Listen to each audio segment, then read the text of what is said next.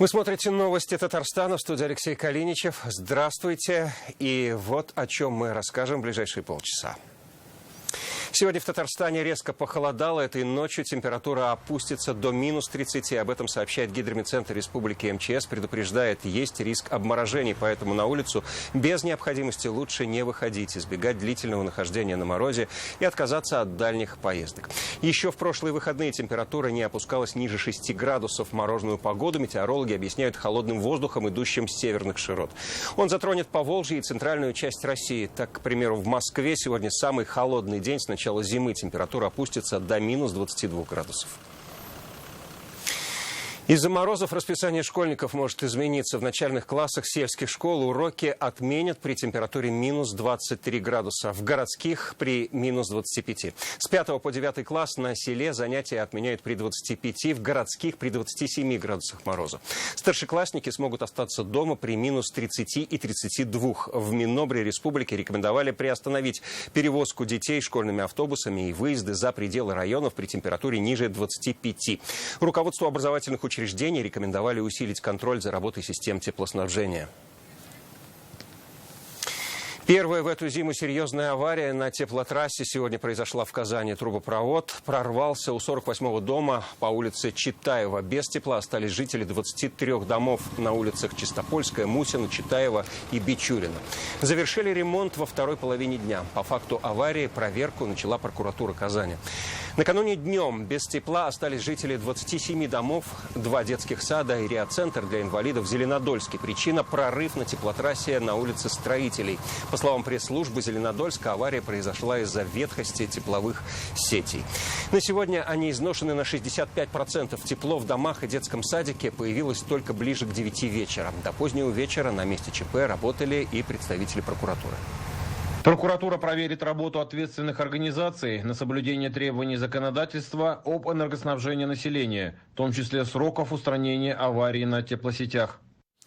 Очередное отравление угарным газом. 2 взрослых и 4-летний ребенок сейчас находятся в больнице. ЧП произошло в квартире в Дербышках. Их состояние сейчас оценивают как средней степени тяжести.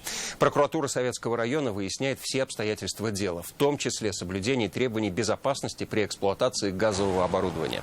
В управляющей компании нам сообщили, за этот год в доме номер 19 по улице Советская проверяли вентиляцию 4 раза. Последняя была в октябре. Но в квартиру к пострадавшей семье попасть не смогли. На момент проверки дома никого не было. В соседних квартирах нарушений не выявлено. Соседи говорят, запаха газа не почувствовали. Сейчас дом отключен от газоснабжения. На момент обследования газовые службы вышли, посмотрели, вентканал был чистый. При открытых окнах тяга была хорошей, вентканал был чистый, без засоров. Мы как бы соседи, как мы вообще сами не почувствовали. Были в отъезде, примерно в 3 часа приехали, газа нет. Звонили до Дербышкинской аварийной службы, они сказали, что отключен газ, и когда включат, его неизвестно. 100 новых случаев коронавируса в Татарстане за последние сутки. 31 пациент в госпитале, 6 человек умерли, сообщает оперативный штаб. Много заболевших в Казани, Набережных Челнах, Нижнекамске. По стране за сутки более 25 тысяч инфицированных. В Татарстане за вторник привились 3200 жителей.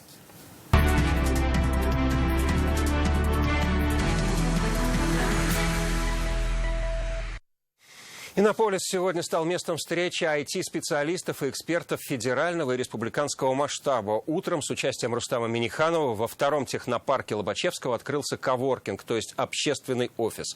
Здесь же прошло заседание наблюдательного совета особой экономической зоны Иннополис. С какими результатами к концу года подошли айтишники, расскажет Дмитрий Аренин. По вашему поручению в 2019 году возобновили строительство, в 2020 полностью завершено, в течение года мы его заполняем. Инносфера – первый в мире коворкинг с дополненной реальностью. Если посмотреть на его план, он похож на космический корабль. Работает робот-гид, навигатор, а также портал знаний. Большие офисы компании, отдельно есть переговорные комнаты. В новом коворкинге собрали все необходимое оборудование для работы IT-специалистов, погрузив все это в футуристическую атмосферу. Рабочие места расположены в таких помещениях, похожих на шатры. Одновременно здесь могут работать более 100 человек. Айтишник Александр Букин в Иннополисе работает уже несколько лет. Как говорит, таких офисов раньше не видел. Атмосфера способствует полету мысли. Очень современный офис, уютно, все сделано для людей. Сюда совершенно точно хочется пригласить каких-нибудь своих партнеров и клиентов, потому что этим хочется хвастаться. Вот. Удобно проводить встречи, там есть зона для того, чтобы перекусить. Скоро откроется фудкорт, да вообще мечта. Предыдущий офис был, он такой по-домашнему уютный, а этот такой очень технологичный. Сегодня Иннополис пополнился 15 новыми резидентами. Они будут заниматься цифровизацией строительного рынка, медицины и финансового сектора. Их утвердили на заседании наблюдательного совета особой экономической зоны. Рустам Минниханов отметил, Иннополис активно развивается. Есть хорошая поддержка федерального правительства. Созданы все условия для потенциальных резидентов. Год цифровизации мы не зря объявили. Это площадка как бы федеральная. Но у нас есть татарстанские площадки. Вот IT-парк Казань, Челнах. Сейчас еще один большой IT-парк делаем. Потому что любая отрасль, не только промышленности, значит, здравоохранение без цифры никуда, культура без цифры, образование тем более, куда бы мы ни, архивное дело. Вот что бы мы ни делали везде, цифровизация нужна, искусственный интеллект нужен. Это уже требование времени. Суммарный объем инвестиций в новые IT-проекты составит более 7 миллиардов рублей. Очень разный фокус. Есть, например, одна компания, которая размещается в Фарммедполисе, она больше про железо, хардвер, и она размещается, соответственно, в Лаишском районе, на нашей Лаишской площадке. Как я уже сказал, несколько представителей венчурной инфраструктуры. Есть у нас точно так же наш традиционный фокус – это софтверные компании. Новый резидент турецкой компании JETS будет работать над технологическими решениями для российского автопрома. Мы базируемся здесь уже 7 лет и знаем особенности этого сектора. Для нас большую возможность представляет Иннополис. Университет Иннополис усиливает идеи, которые мы сумели создать до сегодняшнего дня. Мы уверенно смотрим вперед и смело вступаем в то будущее, которое сегодня создаем здесь. Здесь же в Иннополисе прошло выездное заседание Совета по цифровой экономике России. В нем приняли участие Рустам Минниханов, по видеосвязи вице-премьер страны Дмитрий Чернышенко. Для участия в Казань прилетел первый зампредседателя Совета Федерации Андрей Турчак. Обсудили развитие искусственного интеллекта в экономике и социальной сфере. Важна и правовая база, а также стандартизация в этой области. Но на данный момент Минэкономразвития как раз предварительную работу они провели по выявлению ключевых общеотраслевых барьеров. И изменения в правовом регулировании требуются в целях установления условий для оборота и использования наборов данных, устранения административных барьеров в области экспортного контроля, совершенствование порядка охраны труда, о чем мы тоже говорили. И такие меры, они как раз максимально позволят гармонизировать правовую среду для развития искусственного интеллекта, для того, чтобы он еще быстрее развивался. Вице-спикер Совета Федерации предложил правительству страны рассмотреть возможность введения дополнительной квоты для регионов на участие в конкурсе в сфере искусственного интеллекта. В следующем году могут принять закон об ускоренной амортизации российской электроники и программного обеспечения. Для компаний, применяющих отечественную продукцию, будет предусмотрена налоговая льгота. Данную инициативу Госдума рассмотрит уже весной. Она затронет и телемедицину. Мне кажется, уже давно настало то время, когда нужно от экспериментов уже переходить к внедрению. Об этом говорит и Москва, об этом говорит и Татарстан, те регионы и другие регионы, в которых технологии телемедицины уже достаточно активно развиты и используются повсеместно, но, к сожалению, законодательно они до конца не отрегулированы. Преодоление правовых барьеров, затрудняющих разработку и применение систем искусственного интеллекта, ключевое условие развития таких технологий в социальной сфере и экономике. Уверен, совместная работа принесет плодотворные результаты, и принятие решения позволит сделать еще один шаг для успешной цифровизации нашей страны. По итогам обсуждения Совет по развитию цифровой экономики рекомендовал рабочей группе внедрить кодекс этики в сфере искусственного интеллекта. Минэкономразвития страны поручено подготовить дорожную карту для внедрения искусственного интеллекта. Дмитрий Аринин, Алия Хайрудинова, Марат Зайдуллин, ТНВ, Иннополис. Также в Иннополисе Андрей Турчак провел видеоконференцию «Единая Россия» об итогах работы волонтерских центров в 2021 году. Партия активно поддерживает волонтерское движение. Наиболее продуктивными и самоотверженными получились 2 года пандемии. Как отметил Андрей Турчак, всем регионам необходимо активно сотрудничать с волонтерами, как делает это Татарстан. Кому добровольцы протянули руку помощи и кому это спасло жизнь, расскажет Юлия Гоголева. Транспортировка пациентов, смена постельного белья. Иногда просто поговорить с пациентом гораздо улучшает его состояние здоровья. Казанская студентка Анна Макарова учится на медика и работает волонтером. Во время пандемии она на посту. Стараемся все свободное время оставлять на помощь пациентам, помощь медицинскому персоналу, помощь пожилым людям. Самая большая награда – видеть благодарные глаза людей, которым мы оказали всю возможную поддержку и помощь. Волонтерские центры с началом пандемии созданы во всех регионах страны. «Единая Россия» сразу же подставила плечо добровольцам. Многие партийцы вступили в ряды волонтеров. «Единая Россия» привлекла на борьбу с коронавирусом больше 100 тысяч человек и собрала $500 миллиарда рублей благотворительных пожертвований. За каждым таким решением, за каждой такой помощью стоит доброе дело и стоит решение чьей-то проблемы. Иногда, не побоюсь этого слова, и спасенная жизнь благодаря вовремя доставленным лекарствам или благодаря вовремя приехавшему врачу. Волонтерский центр Татарстана работает с начала пандемии до сегодняшнего дня. Выполнено более 20 тысяч заявок. В основном это доставка продуктов пожилым людям. Единороссы помогают поликлиникам и Минздраву республики. Покупаются машины, бензин, маски, антисептики. Такая инициатива, она показала, что безучастных практически нет. Люди понимают, что в трудной обстановке мы объединяемся и оказываем поддержку и помощь. У нас большие планы по развитию волонтерского движения. Одна из идей совсем недавно на форуме «Мы вместе» была поддержана нашим президентом. Речь идет об обязательном страховании волонтеров. Как подытожили, волонтеры стали локомотивом развития гражданского общества. Для их поощрения на федеральном и региональном уровне нужно разработать меры поддержки. Юлия Гоголева, Дмитрий Аринин, Марат Зайдуллин, ТНВ, Иннополис. Завтра состоится большая пресс-конференция Владимира Путина. Это его 17-я встреча. Журналисты со всей страны и зарубежные представители СМИ соберутся в Манеже. Их количество было сокращено вдвое из-за антиковидных ограничений. Всего 500 участников заранее сдали ПЦР-тесты. И стулья в зале разместили так, чтобы сохранялась социальная дистанция. Трансляция начнется ровно в полдень. От Татарстана аккредитованы 5 журналистов. Среди них есть и наша коллега, корреспондент и ведущая новостей Татарстана Лина Зинатуллина. Традиционно вопросам из региона Владимир Путин уделяет особое внимание. Лина надеется, что ей удастся задать вопрос главе государства. Я первый раз еду на пресс-конференцию президента страны, и, насколько я знаю, туда отправляются и главные редактора крупных изданий, руководители. То есть довольно интересно, мне кажется, в таком юном возрасте такой новый опыт будет получить. Что там будет, я, конечно, не знаю, потому что не была, но ожидаю увидеть коллег со всей страны, узнать, что их волнует. Может быть, удастся задать и мой вопрос президенту. Я использую традиционный татарский костюм, вернее, его элементы. И думаю, что это будет выделять меня. Не платишь за парковку, получи блокиратор на колесо. Сегодня городские власти начали рейды по муниципальным паркингам. Платные стоянки переполнены, но платят далеко не все. Об этом говорили в понедельник на аппаратном совещании в исполкоме города. Тогда же анонсировали новые меры борьбы с нарушителями. В первый рейд вместе с сотрудниками мэрии вышел и Тагир Валиди. 10 утра, улица Толстого. Вдоль тротуара припаркованы авто. Серая «Лада» стоит без госномеров. Ее водитель, очевидно, решил сэкономить на парковке.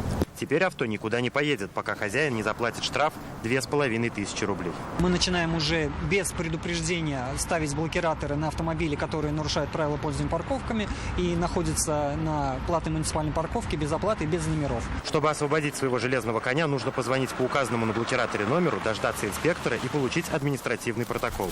Центр Казани – излюбленное место для любителей бесплатного паркинга. Несмотря на новые меры борьбы с нарушителями, их количество не уменьшается.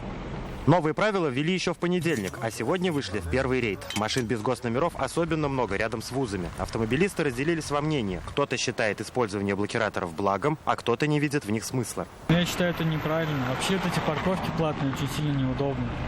Машин много, вставать негде. Те, кто готов платить, их гораздо меньше, чем вот те, кто номера снимает. Не хватит блокираторов 100%. С одной стороны, правильно. С другой стороны, жалко тех людей. Но они же хитрят. Я отношусь положительно. Почему? Потому что приезжаешь по делам в центр, машину поставить нигде нельзя. А ставить машины без номеров, я считаю, неправильно. Если имеешь машину, имей деньги платить за стоянку. Городские власти отмечают, эта мера позволит разгрузить центр Казани. Рейды по парковкам будут проводить ежедневно. Тагир Валидили, Нархуз Ахметов, ТНВ, Казань. 110 тысяч татарстанцев не могут выехать за границу из-за долгов. Выезд из страны ограничен, если есть задолженность 10 тысяч рублей и более. Впереди новогодние каникулы, и служба судебных приставов призывает жителей проверять информацию на портале госуслуг, чтобы избежать проблем при вылете из страны. 24 декабря по всей России пройдет акция «Узнай о своих долгах». Выяснить, должны ли вы, можно будет в ряде торговых центров и аэропорту Казани. Можно подойти к сотруднику и задать свои вопросы. С начала года возбуждено 1,5 миллиона исполнительных производств на сумму более 109 миллиардов рублей. Это долги физлиц, предпринимателей и компаний. Сумма значительная, но она накапливалась несколько лет. То есть, и если у гражданина, например, это 15 миллионов задолженности, у него есть пенсия, то есть вы понимаете, сколько времени он будет платить, не имея нового имущества.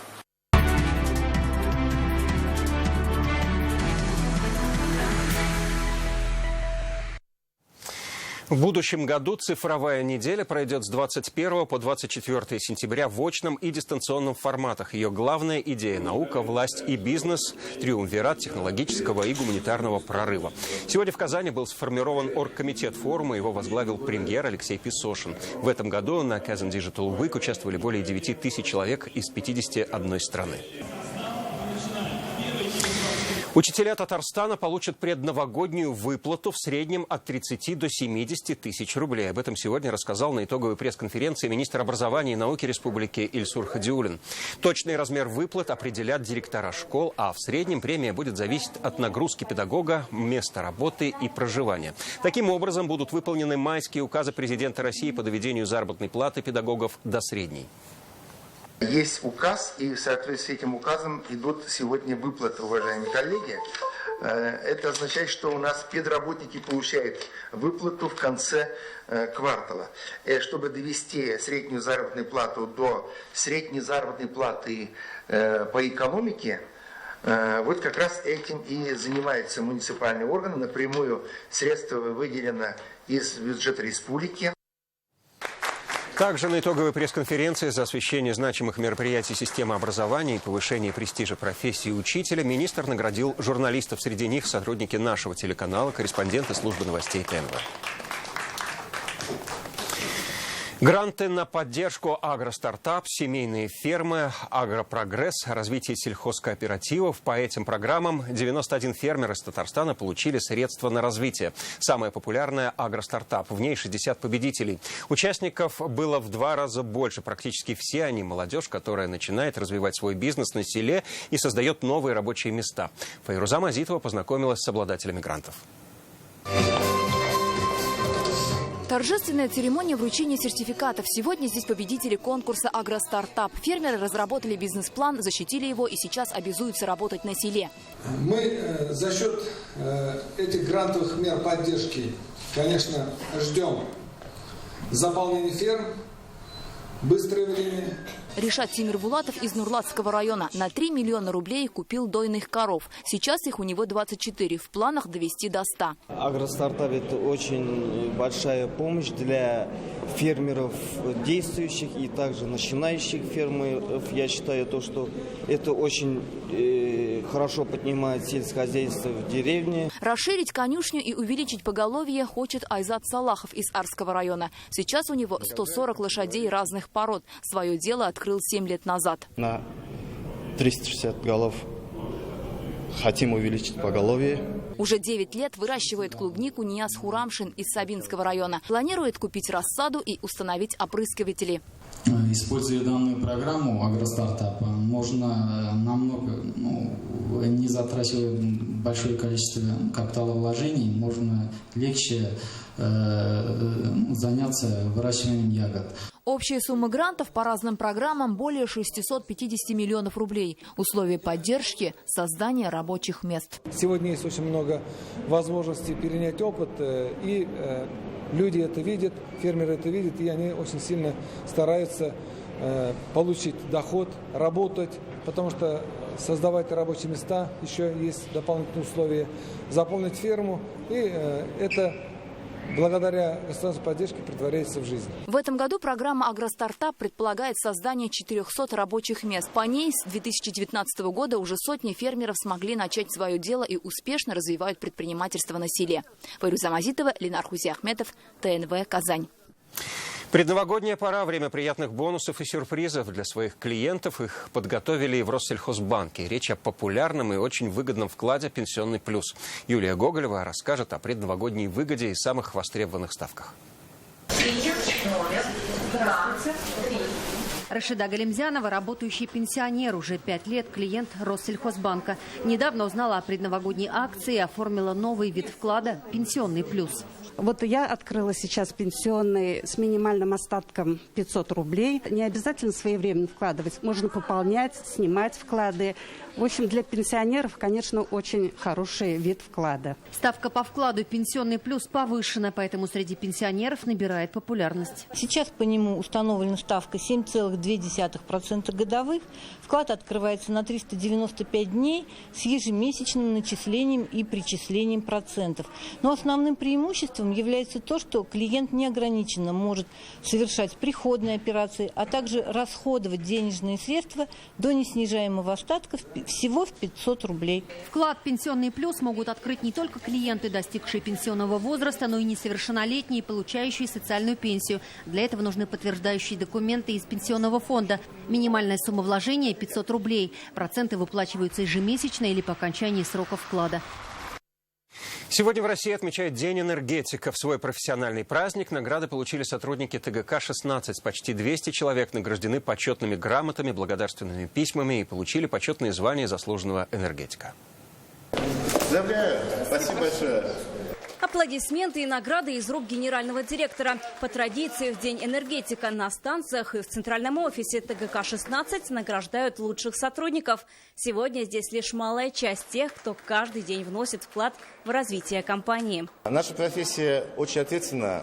Мы обеспечиваем людей светом, обеспечиваем теплом. Это самая важная и самая ответственная работа, которую мы ведем и которую мы все очень любим. За наилучшие результаты работы, высокую эффективность, профессионализм и добросовестный труд сотрудники компании отмечены ведомственными, отраслевыми и корпоративными наградами. Я раз попал в энергетику, что я в ней работаю, что я столько лет отдал ей. Почетное звание заслуженного энергетика Татарстана получил Александр Васильцов. Данная награда – это не только моя заслуга, это заслуга всего коллектива Казанской ТЭЦ-3, в том числе моих наставников. Всего в День энергетика представили к наградам 196 сотрудников ТГК-16. Татарча Череши Байраме. Праздник елки по-татарски состоялся в Казани. Гости детского центра «Икият» встретились со сказочными и современными героями. Музыкальная группа «Салаватик» набирает десятки тысяч просмотров в социальных сетях. 6 молодых музыкантов исполняют известные татарские хиты и разучивают танцы вместе со своими маленькими зрителями. С восходящими звездочками татарской эстрады познакомилась Лилия Кашфарова.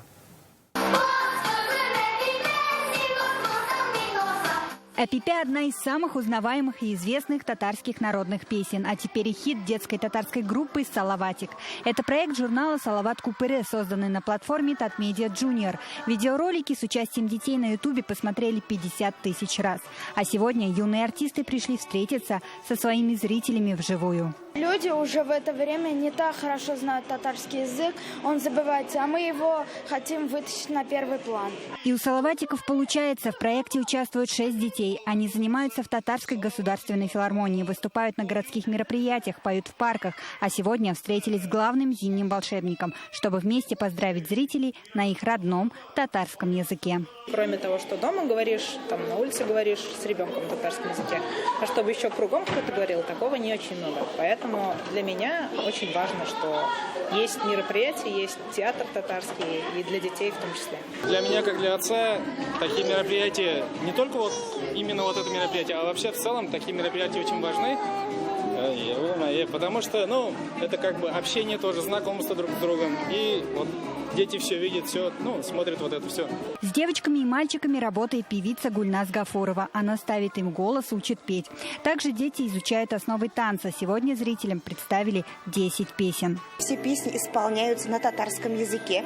И наши дети, которые, возможно, даже не очень хорошо знают язык свой родной, благодаря этим проектам, в том числе и салаватикам, становятся ближе к своему народу, к татарскому языку. Цель проекта – воспитание подрастающего поколения через татарские песни. По словам организаторов, дети любят все яркое, поэтому салаватики – это красочные образы и современная музыкальная интерпретация. Лилия Кашварова, Олег Мыльников, ТНВ, Казань. В Татарстане начали исполнять детские новогодние мечты. Маленький Демид Лисовский всегда хотел стать машинистом и водить поезда. Об этом он и попросил Деда Мороза на елке желаний. Сегодня мечту 10-летнего казанца исполнил глава Минтранса Фарид Ханифов. Сотрудники министерства пригласили Демида вместе с мамой на вокзал в Казани, где подарили модель электровоза, провели экскурсию по пассажирским вагонам и прокатили в кабине машиниста. Мальчик смело подает сигнал к отправлению поезда и желает всем удачи в новом году. Желаю счастья и здоровья и удачи в новом году. Когда я спросила Демида, что ты хочешь пожелать себе на Новый год, попросить у Деда Мороза, он сказал, я хочу быть здоровым. Я сказала, что на елке желаний такое желание невозможно исполнить, а ты можешь попросить что-то другое. И он выбрал роль машиниста. Наш выпуск на этом завершается. Больше информации вы найдете на наших ресурсах в интернете. Всего вам доброго. До встречи.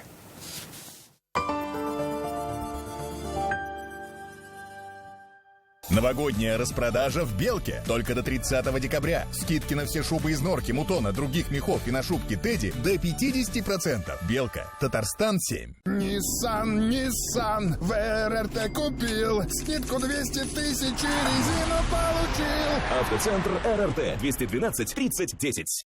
Светлая долина. Старт продаж новых домов. Забронируйте квартиру на сайте akbarsdom.ru и по телефону в Казани 212 26 76. АО «Татагролизинг» осуществляет продажу новой ИБУ сельхозтехники. Отдел продаж по телефону в Казани 203 8602. Пластическая и эстетическая хирургия здоровья семьи. Все виды пластических операций. Ведущие хирурги. Современное оборудование, индивидуальный подход. Казань 204 2 700. С 20 по 30 декабря в аптеках «Фармленд» новогодние скидки 20% на косметику и товары для здоровья. Успейте купить подарки своим близким. Новогодняя распродажа в «Белке». Только до 30 декабря. Скидки на все шубы из норки, мутона, других мехов и на шубки «Тедди» до 50%. «Белка». Татарстан 7.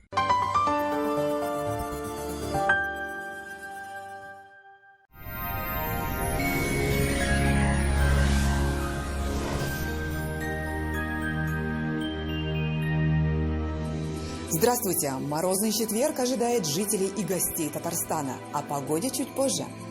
Не откладывайте заказ вашего нового шкафа-купе. Закажите его в рассрочку в Данил Мастер. Только до конца декабря. Доставка, подъем и установка бесплатно.